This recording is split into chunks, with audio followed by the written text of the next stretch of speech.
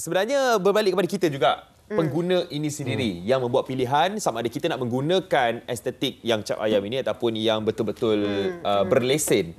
Jadi doktor, kalau kita nak tahulah kebanyakan mereka yang mengambil menjalani rawatan estetik cap ayam ni mungkin akan mendapat keradangan, mungkin akan mendapat seperti yang doktor cakap tadi tiga reaksi tu sampai ke tahap itu. Jadi selepas mereka dah kena begitu, apa yang perlu mereka lakukan? Adakah mereka boleh mengambil tindakan juga?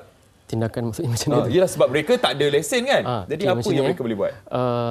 Kalau nak kata yang direct apa yang kena buat, dia kena pergi klinik dululah. Kan dapat rawatan dah ada complication tu. You get the complication, you kena firstly satu hal pula kan. Settlekan benda tu dulu. Itu yang paling penting lah. Untuk dari segi penguatkuasaan ni macam kalau tempat tu memang kita boleh buktikan buat, memang kita boleh masuk. Cuma kadang-kadang susah nak dapat sebab macam cakap tadi lah, premis tu. Betul, premis tu berpindah randa. Yang macam kalau itu kan ada yang sekarang ni sampai weekend ni kami akan ada kat sini. Kami akan datang ke Kuala Lumpur, kami datang ke Johor, weekend ni. Buat road tour pula dia. So kita tak tahu kat mana pun. And then kalau macam public tengok macam ni dia punya modus operandi dia. Mana benda ni memang you tahu benda tak betul. You buat kat hotel. Kalau kita tengok mungkin ada kot tadi dalam paparan-paparan yang macam keratan akhbar tadi, ada I think 2 tahun lepas kot ada seorang lelaki kan inject filler dekat bahagian belakang. Dia tu meninggal dekat hotel Teluk Intan. I think tak lama lepas tu ada yang kes buat liposuction. Meninggal juga. Itu pun bukan di premis perubatan yang berdaftar. I think tahun lepas lah, late last year, I think around August ada satu kes di Johor, filler, payudara, and then lepas tu pun meninggal juga. Padahal dah ada dah kes-kes ni yang kita war-warakan kan, tapi masih lagi ada pengguna-pengguna yang itulah kita termakan dengan harga yang jauh lebih murah. Dan sekarang ni mungkinlah dalam situasi kecemasan lah doktor. Alang-alang bersama dengan doktor ni kita nak tahu juga dah terlanjur mengambil estetik cap ayam ni, kemudian berlaku implikasi yang mungkin mild yang tak perlu lagi boleh dapatkan rawatan awal.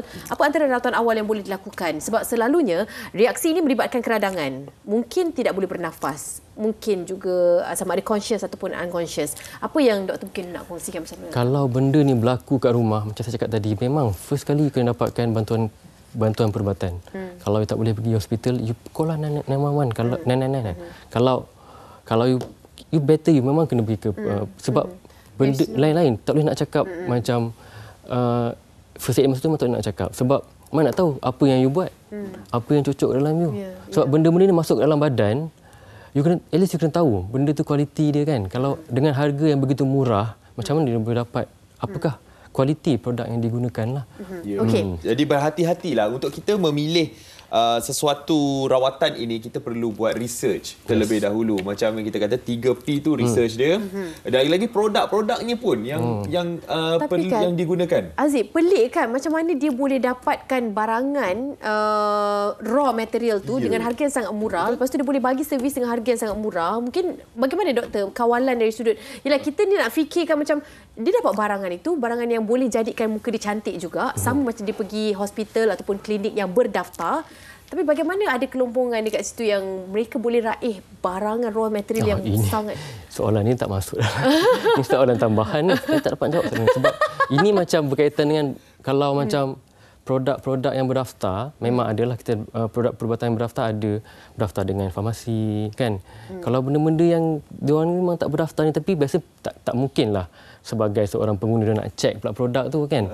Tapi kalau you just fikir secara logik sahajalah, kalau bila quality of that product, tak tahu brand mana, tak tahu dari mana kajian terhadap produk tu juga. So, sekarang dah jual kat online doktor. Yes, online itu lagi. Itu sebenarnya memang bukan berkualiti yang standard kan. Kalau penguatkuasaan pula, kalau macam bila terjumpa dengan klinik-klinik yang tidak berdaftar ni, even KKM sendiri kan, bila jumpa nampak, kan kita, doktor cakap tadi kita boleh tengok dekat social media, dekat TikTok boleh nampak dah. Adakah KKM pergi ke? KKM memang sedang sentiasa lah. Sentiasa kita ada pihak enforcement lah. Dia akan sentiasa, mungkin agak perlahan sikit lah kalau kita nak compare macam nak cakap tadi betapa banyaknya yang tumbuh macam apa? Cendawan selepas hujan. Banyaknya dan lajunya tumbuh cendawan ni, tak sempat KKM punya enforcement untuk tutup tu semuanya. That's why kita punya next cara lah supaya kita bagi kesedaran kepada public lah, supaya diorang tahu jangan pergi. So selagi demand tu ada, selagi itulah cendawan tu akan tumbuh. Cendawan dicabut kan, masak lagi. Jadi sebab itulah yang utama saya rasa macam memang kena awareness, public awareness, and jangan ignorance. Kalau you tahu benda tu dodgy, you memang boleh check.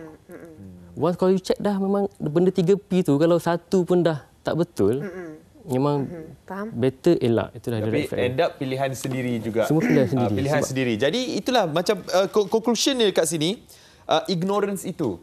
Kan, ignorance. Kalau kita sendiri ignorance, kita akan abaikan segala undang-undang, kita akan gunakan rawatan estetik Cak Ayam ni. Dan ketaksupan nak cantik tu. Sekarang ni semua benda kita rasa nak cantik. Walaupun tak ada duit, kita rasa macam okey. Anda nak tak pakai apa-apa juga pun cantik. Allah. Okey, terima kasih Dr. Najmi Ismail bersama dengan kami, Ketua Penolong Pengarah Kanan Cawangan Perundangan Perubatan Bahagian Amalan Perubatan dari KKM. Terima kasih, Doktor. Ya. Sama-sama.